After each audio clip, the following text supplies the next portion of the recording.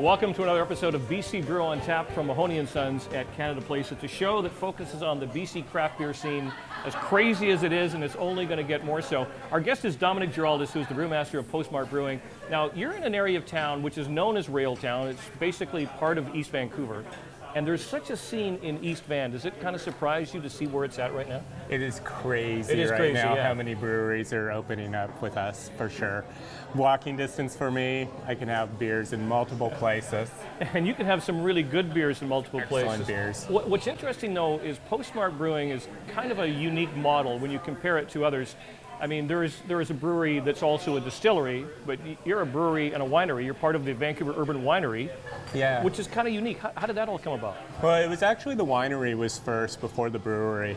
So it was Vancouver Urban Winery. They opened up a small winery in the building, and then the brewery industry just started to go crazy. And so, let's put in a brewery too. Now, it is crazy, but it's an interesting combination. But I'm curious because, like, for example, there's Deep Cove Brewing in North Van, which has a distillery as well. But can you be both a brewmaster and a winemaker, or is it two completely different animals? It's completely different things. I get it, but I don't make the wine. Right. Yeah, we have a winemaker that comes in, and basically we only do during the harvest, right? So it's one batch a year, basically, for us. Okay, so at what point did Postmark decide, hey, let's throw our hat in the beer ring? 2 years ago. 2 years ago. It's 2 years ago now. I've been there only for about 13 months, so I came in later in. But yeah, so 2 years now, I think, was their anniversary. So I'm always curious when I talk to brewmasters, does the market dictate the beer? Does the neighborhood dictate the styles of beer? Does the ownership dictate what they want in beer? Or is it kind of a collaborative team effort? I think it's part collaborative, but I actually think I have a lot of say in what I brew.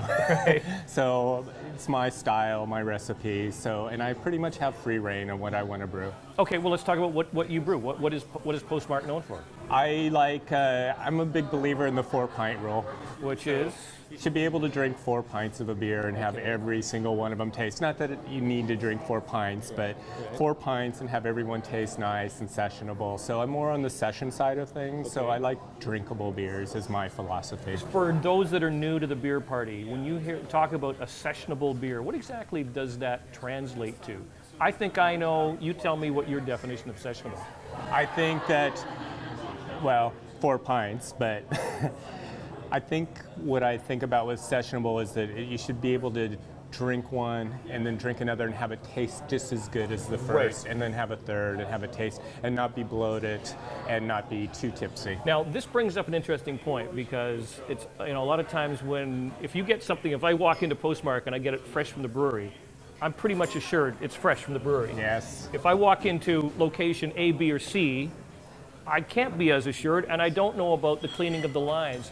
And I was in a situation one time not long ago where I was with a person from a brewery, and we met for lunch, and as soon as he tasted his beer, he sent it back.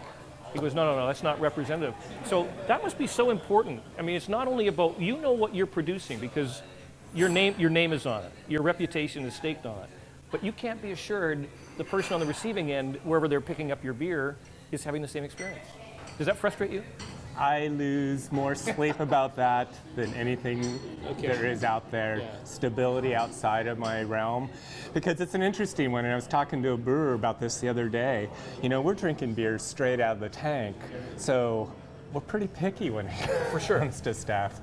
And I would love it to be as fresh everywhere, and usually it's not, but I still lose sleep over it. I really want my beer to be on par everywhere.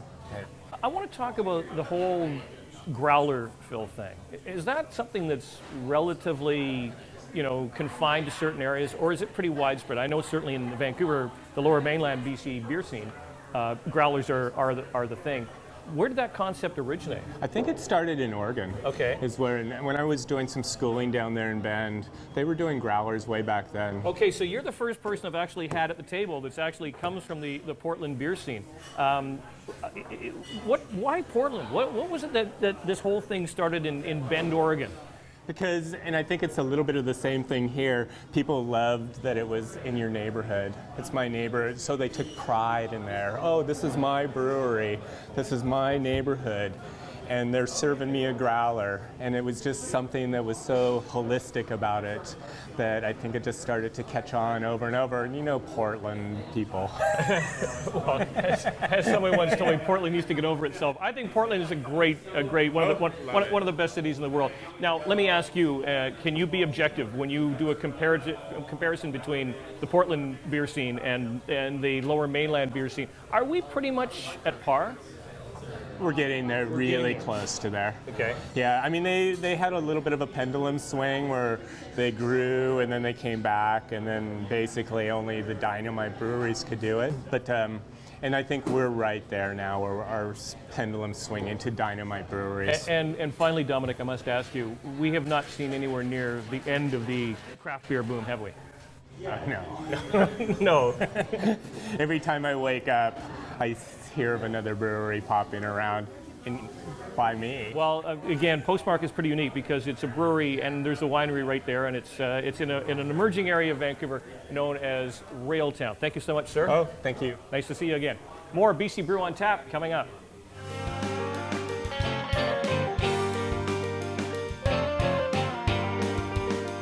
Post hair services for Joe Leary and BC Brew on Tap, provided by Bailey Murphy of Avant Garde Hair Studio in Yaletown at 1075 Mainland Street. For a list of services, call 604-688-1986 or online avantgardehair.com.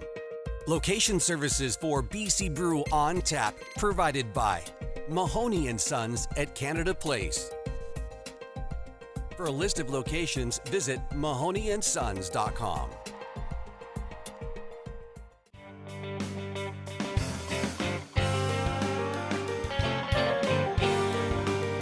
Welcome back to BC Brew on Tap from Mahoney & Sons at Canada Place. As we examine the BC craft beer scene, there's a few names that keep popping up in every conversation about really cool beers. My next guest is one of those. Ben Coley is the head brewer and owner of Daggerad in Burnaby. Ben, welcome to the show. Thank you. You hear the acclaim.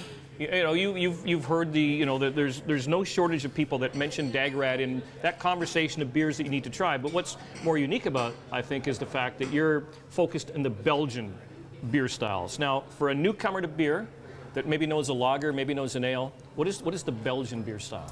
Yeah, Belgian beer. There's probably three great traditions of brewing in the old world. There's British ales. There's the continental German-style beers, and then there's Belgian. And what really defines Belgian beer is that it's more about yeast flavor rather than just malt and hop flavor. The yeast, there's different strains of Belgian yeast that put out a lot of fruity flavors. They put out a lot of spicy flavors, and they make beer that is entirely different from what it would be if it was fermented with something from somewhere else. Now, as the story goes, if my Wikipedia knowledge is correct, you actually traveled there, or you had some relationships there, business there, and that was what inspired you to get into the business. What was it about Belgium and the beers that you decided, I'm going to go to Burnaby and I'm going to do this? I met some Belgians when I was backpacking in Southeast Asia, like 15 years ago. And oh man, it makes me feel old. Sorry. That's okay. Anyway, I spent a lot of time in Belgium. I visited my friends there a number of times. One of them was kind of my girlfriend for a while, but we're still really quite close friends. And the beers there are just something from another world. I mean, they're not defined by their malt and hop ingredients. They have a lot of really unexpected flavors that can come out, and different brewing processes and things like that are used. It's a more diverse scene, I think, than there is in any other country in the world. When you sort of offer someone, say, a flight of beers, they go out to Daggerad, they try what you have to offer. Is it immediate for all people? Because again, it's a fairly unique style and flavor profile of beer.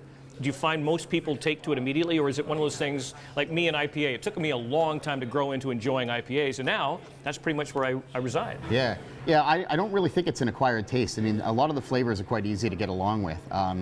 They're more like the flavors used in cooking oftentimes, so it's nothing really shocking or jarring. I mean, our beers in particular are really about balance. We don't go for overly bitter. We go for a nice crisp middle.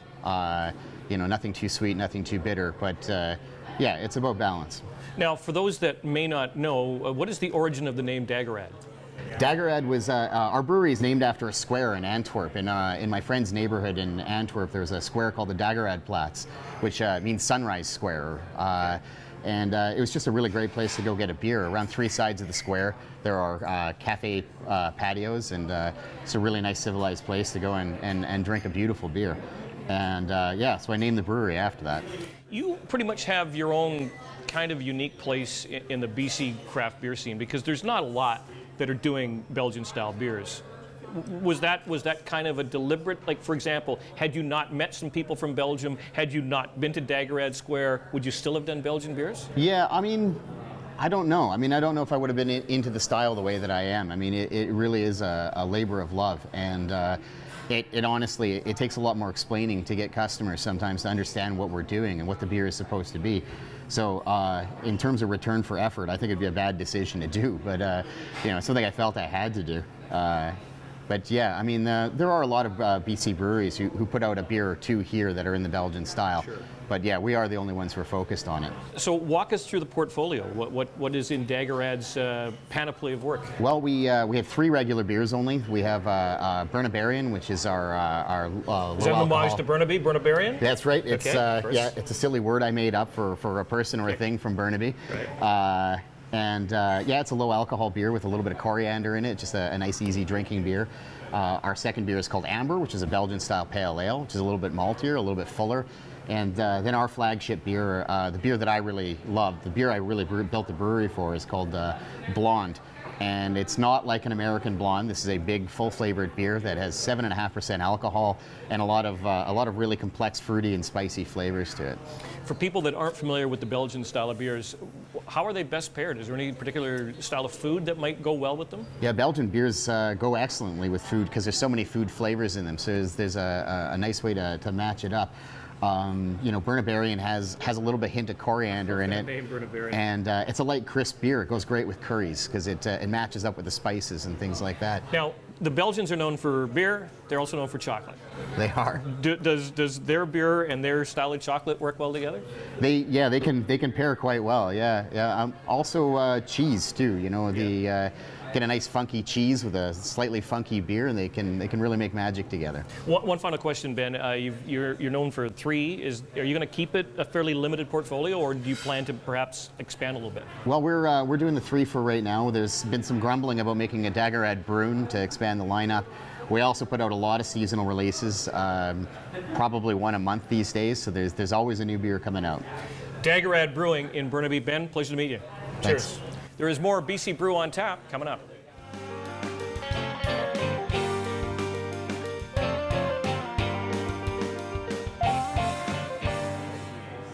Welcome back to BC Brew on tap from Mahoney & Sons at Canada Place. Our guest is Dustin Sepp. Now, Dustin serves a couple of roles. You're a beer guy. You're the marketing manager of Central City Brewing in Surrey. As well, you're a blogger for the Beer Me BC. Now, I'm going to ask you, first of all, we're going to talk 2 sides of the coin here. First of all, let's talk about Central City. You're relatively new to actually working in the beer industry. As a guy that's been writing about beer for a long time, transition, was it easy? Did it put more pressure on you? What was the situation? You know, it was really a natural step. I started Beer Me BC about 4.5 years ago as a way to engage in craft beer and help promote local businesses. I've worked in marketing for the last 12 years now or so. And so it was really combining 2 things that I loved, which was marketing and craft beer. So Beer Me BC was kind of a natural leading step into working within the industry and with Central City and more specifically the Red Racer brand. I'm able to kind of do 2 things at once and kind of expand the Beer Me BC team and allow more voices to come into that as well, allowing myself to separate from promoting Red Racer on Beer Me BC. Now, Red Racer is one of those, I want to call it, it's a tap staple. There's a few things that you can pretty much find a good bar with a good selection of taps. You're certainly going to see Red Racer. So is that like the signature brand of Central City? For sure. Internally we kind of joke that this is the house that IPA built, because the Red Racer IPA IPA is a staple craft beer. It may not be the beer that everyone is always going out to try every unique time that they're purchasing beer, but it's a beer that's consistent, that you can fall back on pretty much anywhere in Canada. It's kind of Canada's local craft beer. Now, you and I have tipped a couple over the course of our friendship, and I'm an IPA guy, but I'm relatively new to it. I mean, if you gave me an IPA 3-4 years ago, I would have sent it back going, there's something wrong with your beer. I think it's gone bad.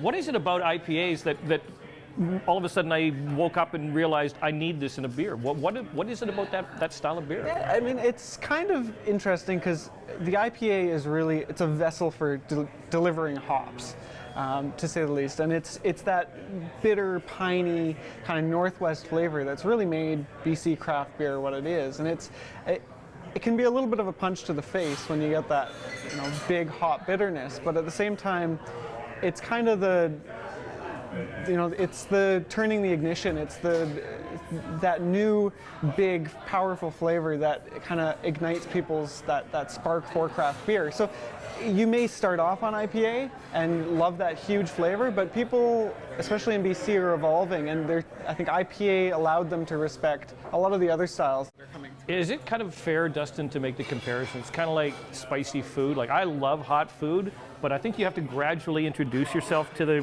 the concept of heat before you go all in. I think so as well, but after you work your way up through the different peppers and come to habanero, you'll probably realize that you're not going to put habanero peppers in everything that you drink. You're going to step back and start to enjoy, the jalapenos or the hablanos or whatever the other ones are. And it's the same with an amber ale or a pale ale or a hefeweizen or those other delicious craft beers that have hops in them, but it's not that overwhelming flavor. But there's always going to be a place for IPA. Okay, Dustin, let's talk about your other life as Beer Me BC. You've been a very, very good blogger, and you're very, very even-tempered. I mean, you basically throw it all out there. When you started this thing, obviously you found a way to monetize and capitalize on something you enjoy, which is obviously drinking beer. What did you think then, and where we are now? Did you ever think that we'd be in this situation? It was, I would say it was part foresight, part luck.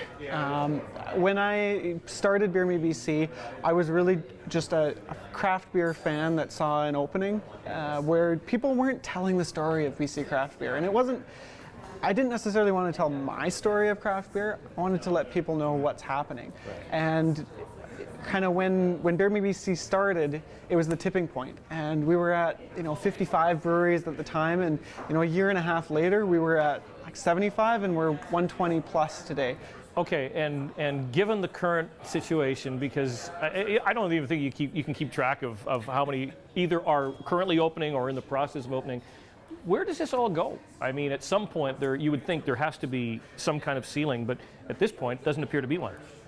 Yeah, it's going to be an interesting couple years. There's a lot of new businesses that have entered the market, and there's a lot of great beer.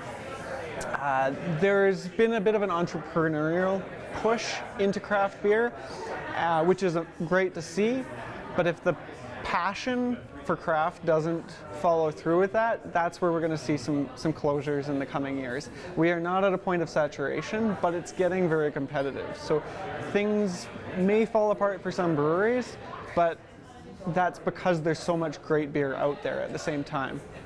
Finally, I will just ask you this, because you have, I can't even begin to come close to the amount of beers that you've sampled. No, I'm nowhere near close. If someone was to say, yeah, give me, what's your favorite beer? Is that an impossible question to answer? You could probably narrow it down to 10.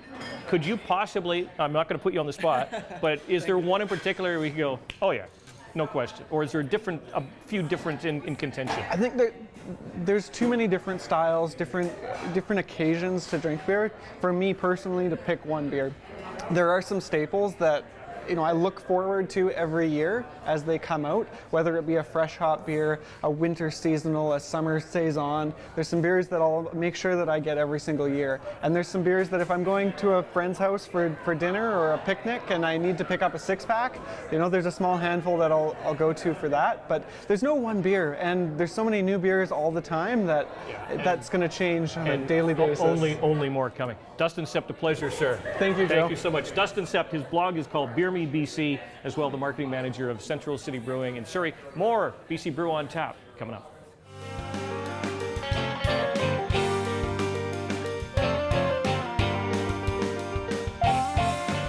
Licensed hair services for Joe Leary and BC Brew on Tap provided by Bailey Murphy of Avant Garde Hair Studio in Yaletown at 1075 Mainland Street. For a list of services, call 604-688-1986 or online avantgardehair.com. Location services for BC Brew on Tap provided by Mahoney and Sons at Canada Place. For a list of locations, visit mahoneyandSons.com.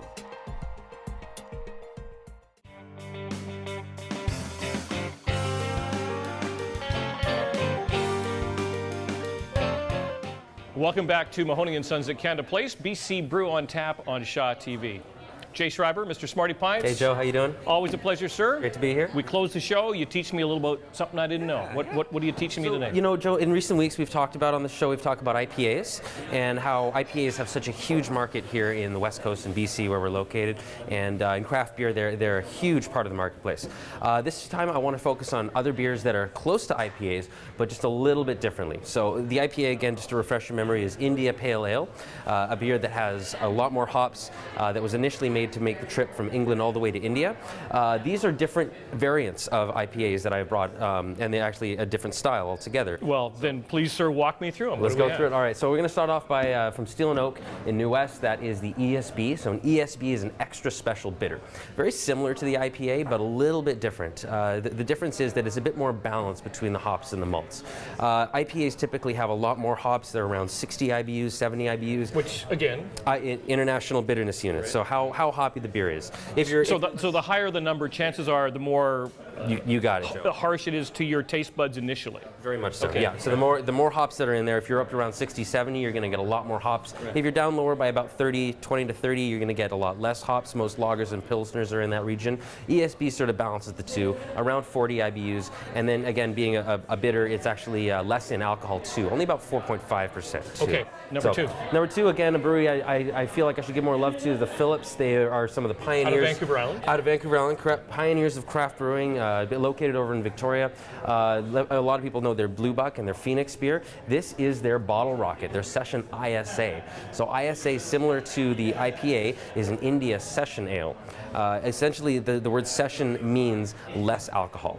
So you're going to get, again, about 4 to 5% alcohol. You're still going to get that shot of hops. So for people that like those big, bold IPAs that have maybe about 60 IBUs and are about 7% alcohol, this is a little bit lower, about 4 or 5% alcohol, and about, again, around 40 or so IBUs. They package this one in cans. That's a recent rebranding for them, and it's been a huge success for their company. The reason is because this is a lot more drinkable beer. Okay.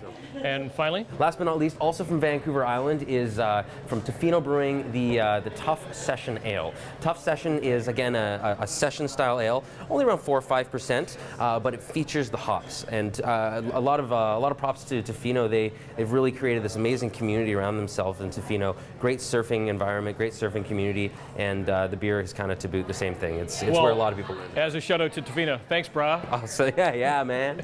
That is a wrap for BC Brew on Tap. We always encourage you to enjoy all that BC has to offer, but remember, please always drink responsibly and plan a safe ride home. We'll see you next time.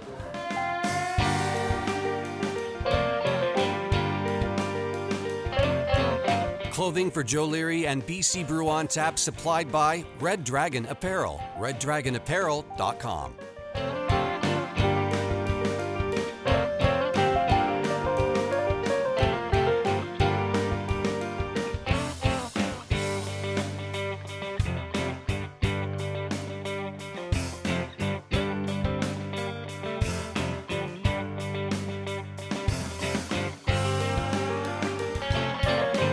For BC Brew on Tap, this is Mike Schaefer.